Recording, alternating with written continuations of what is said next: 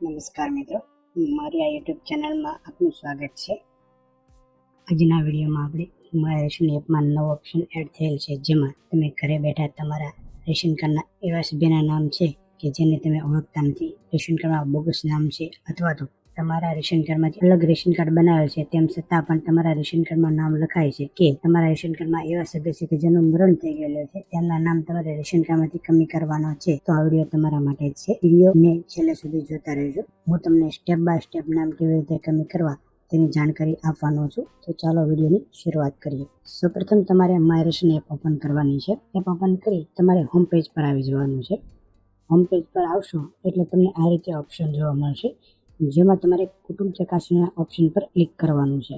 જેવું તમે ક્લિક કરશો એટલે આવી એક નવી વિન્ડો ઓપન થઈ જશે, જેમાં લખેલ છે કે આ વિકલ્પનો ઉપયોગ કરીને તમે નીચેના કિસ્સાઓમાં કાર્ડના સભ્યને કમી કરવાની વિનંતી કરી શકો છો, જેમાં તમે એવા સભ્યના નામ કમી કરી શકો છો કે તમારા રેશન કાર્ડમાંથી અન્ય રેશન કાર્ડમાં સભ્યો ટ્રાન્સફર થઈ ગયેલ છે પરંતુ હજુ પણ તમારા રેશન કાર્ડમાં લખાય છે। બીજું, તમારા રેશન કાર્ડમાં તમારા કુટુંબના સભ્ય સિવાયના નામ આવી ગયેલ છે અથવા તો તમારા રેશન કાર્ડમાં એવા સભ્યોના નામ છે કે જેઓ અવસાન પામેલ છે અને તમે તે નામ ઘરે બેઠા કમી કરી શકો છો। અને વિગતો વાંચી નીચે ઉપરની સૂચનાઓ મેં વાંચી છે તેના બોક્સ પર ટિક કરી નીચે લખેલ કોડ બાજુમાં કોડ દાખલ કરો ના ખાનામાં લખી કાર્ડના સભ્યની વિગતો મેળવો તેના પર ક્લિક કરવાનું છે। જેવું તમે ક્લિક કરશો એટલે આવી એક વિન્ડો ખુલી જશે, જેમાં ઉપર તમારો રેશન કાર્ડ નંબર લખેલો હશે અને નીચે તમારા કાર્ડમાં જેટલા સભ્યો હશે તે તમામ સભ્યોના નામ લખેલા હશે। જો આમાંથી કોઈ એવું નામ હોય કે મરણ પામેલ હોય અને રેશન કાર્ડમાં ટ્રાન્સફર થયેલ હોય કે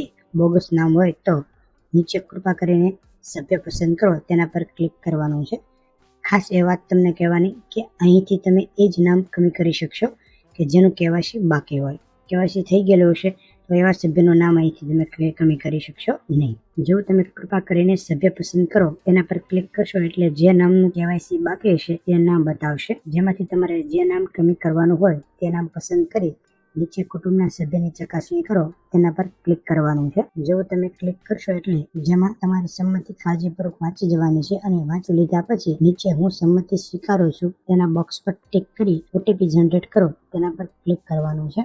જેવું તમે ક્લિક કરશો એટલે નીચે લખેલ આધાર કાર્ડ નંબર સાથે લિંક કરેલ મોબાઈલ નંબર પર ઓટીપી આવશે। તે ઓટીપી તમારો ઓટીપી દાખલ કરવાના ખાનામાં લખી નીચે ચકાસો પર ક્લિક કરવાનું છે। જો તમારો ઓટીપી મેચ થઈ જશે તો આવી એક વિન્ડો ખુલી જશે, જેમાં કુટુંબના સભ્યની ચકાસણીનું કારણ પર ક્લિક કરશો એટલે કારણોની વિગત ખુલી જશે, જેમાં બોગસ સભ્ય બીજા રેશન કાર્ડમાં ઉમેરાયો અને સભ્ય મૃત્યુ પામે એમ 3 કારણોની પસંદગી કરી શકશો। કારણોની પસંદગી કર્યા પછી નીચે કુટુંબના સભ્યની ચકાસણી માટે વિગતવાર વર્ણન કરો। ખાનામાં તમારે જે કારણથી નામ કમી કરવાનું છે તેની વિગત 100 અક્ષરની મર્યાદામાં લખવાની છે। વર્ણન લખ્યા પછી નીચે પસંદ કરેલા કારણે અનુરૂપ જોડાણ સબમિટ કરો ની બાજુમાં અપલોડ ડોક્યુમેન્ટ લખેલ છે તેના પર ક્લિક કરી અનુરૂપ ડોક્યુમેન્ટ અપલોડ કરવાનું છે। જેમ કે મરણ પામ્યા હોય તો મરણ પ્રમાણપત્ર અપલોડ કરવાનું છે। જો બીજા રેશન કાર્ડમાં નામ દાખલ થયેલ હોય તો તે રેશન કાર્ડની ફોટોકોપી અપલોડ કરવાની છે। ડોક્યુમેન્ટ અપલોડ કર્યા પછી નીચે 2 ઓપ્શન આપેલ છે, રદ અને મોકલો। જેમાં તમારે આગળ પ્રોસેસ કરવાની ન હોય તો રદ પર ક્લિક કરવાનું છે અને આગળ પ્રોસેસ કરવી હોય તો મોકલોના ઓપ્શન પર ક્લિક કરવાનું છે। જેવું તમે ક્લિક કરશો એટલે નવી વિન્ડો ઓપન થઈ જશે, જેમાં તમારી વિનંતી સ્વીકાર કરેલી છે તેવું આવી જશે અને જેવું તમારી વિનંતીને પુરવઠા અધિકારી મંજૂરી આપશે એટલે તમારા રેશન કાર્ડમાંથી તેના કમી થઈ જશે। આમ તમારા રેશન કાર્ડમાંથી ઘરે બેઠા મરણ પામેલ સભ્યો, બોગસ સભ્યો કે અન્ય રેશન કાર્ડમાં જતા રહેલ સભ્યના નામ કમી કરી શકો છો।